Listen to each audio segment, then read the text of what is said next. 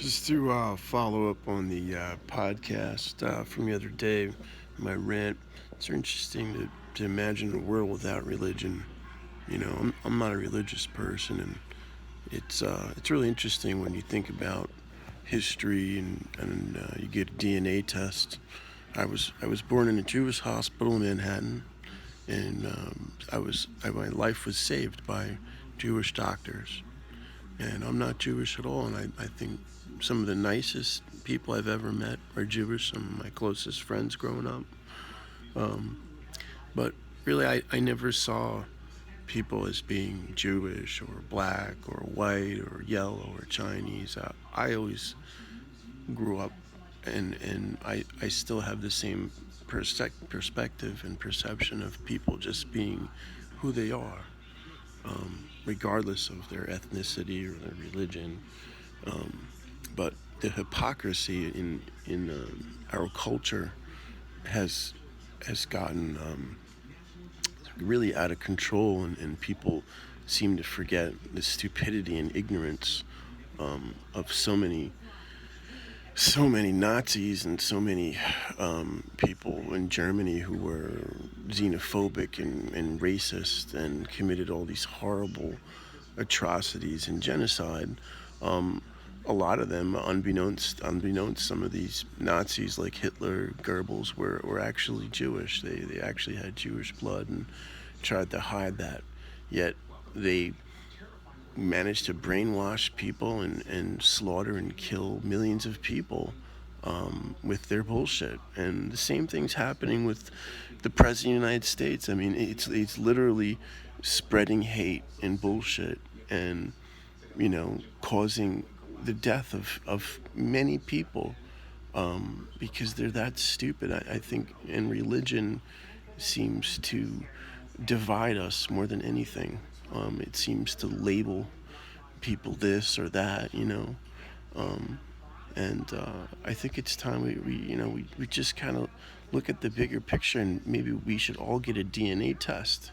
And we'd realize that, like I found I have like 400 or 500 relatives I never knew, and I think the whole human race would realize that we're much more closer than we think. And united we stand, divided we fall. And that should be our mantra. Supposedly, I mean, it is, but it really, we should prove that, as a culture. This virus, this pandemic, it's horrible. It's not the first virus that's been around, and we've had vaccines to help us get this far through life as we know it. We owe a lot to vaccines that eradicated a lot of other terrible diseases. So when someone says to me they don't want to get a vaccine, well, that's just ridiculous. And what are it's out the bag already. You can't just isolate yourself in the middle of the wilderness and expect, oh, I'll never get a virus. We have to interact in a society. I mean, unfortunately, there's some people who live in the middle of the jungle who don't have an immune system to anything, and they die. That's how we lost almost 90% of the indigenous population in the Americas, was because of viruses, because they didn't have the immune system to cope with it. And that's nobody's fault. That doesn't mean anybody's superior or better. That means things were pretty unclean. And when you had agriculture and certain societies, it propagated viruses and pandemics. And Europeans don't like to hear it, but a lot of the European way of life is very unclean, very dirty. And unfortunately, from war and from battleships and people being in close quarters, we've had all different kinds of viruses and whatnot. So it's upsetting, and I think to a lot of people, what's going on now in the world with the police brutality, it's just gotten to a boiling point. Black Lives Matter, yeah, definitely, and I'm glad that a mural was painted on Fifth Avenue.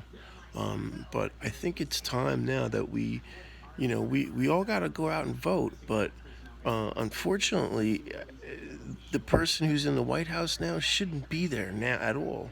We can't really afford another day of that kind of leadership, which is literally contributing to the pandemic by denying that this is a serious, a deadly, contagious virus, and that you should wear a mask is just that's just criminal for a president to do that.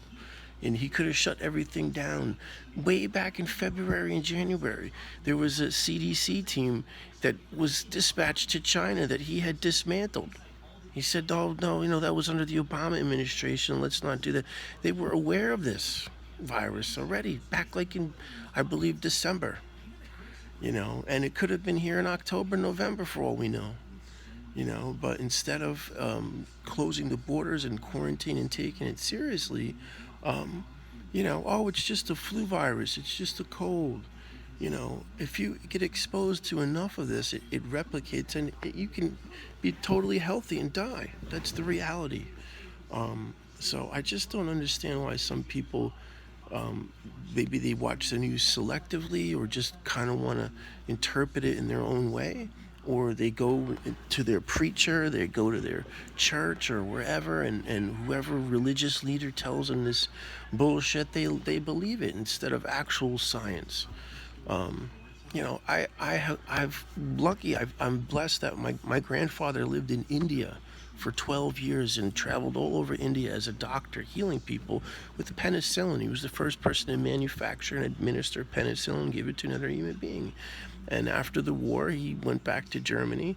The British had captured him, and they were in prison for about 6 years just for having a German passport. He was against the Nazis, but he was a doctor and working for Herx Pharmaceutical Company in India, and cured a lot of people who would have died without penicillin. And they had very powerful antibiotics. So, when we look at people's fears of the unknown, it's just that, people. It's just fear of the unknown. Science is the truth. It's the reality.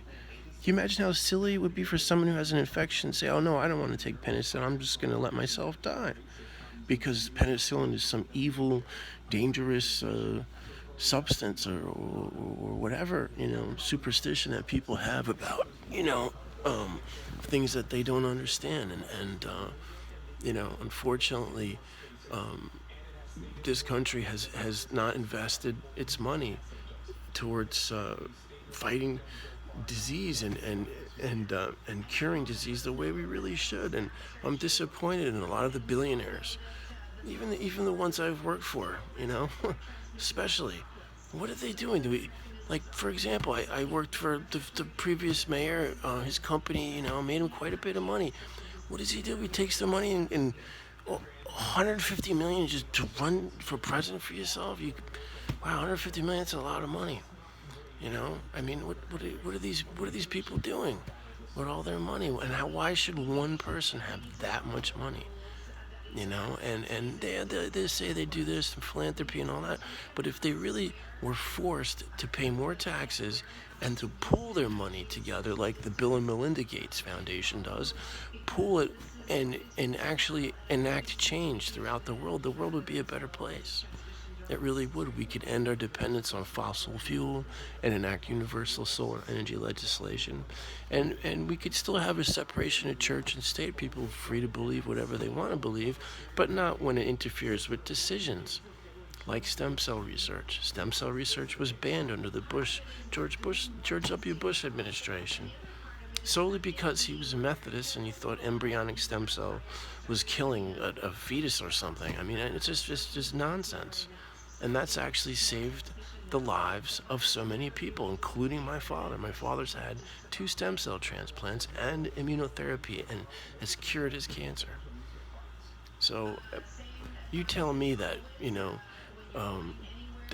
there should be God taught in school, and people, should tell kids that there's no such thing as evolution. I mean, that's just wrong. It's just wrong, Be free to believe whatever you want to believe, but not when, for example, there's a deadly pandemic, and, people really need to be more aware of how contagious it is, and controlling the spread, and telling people that, oh, it's God's going to protect us, or it's God's hands. I mean, how ridiculous is that?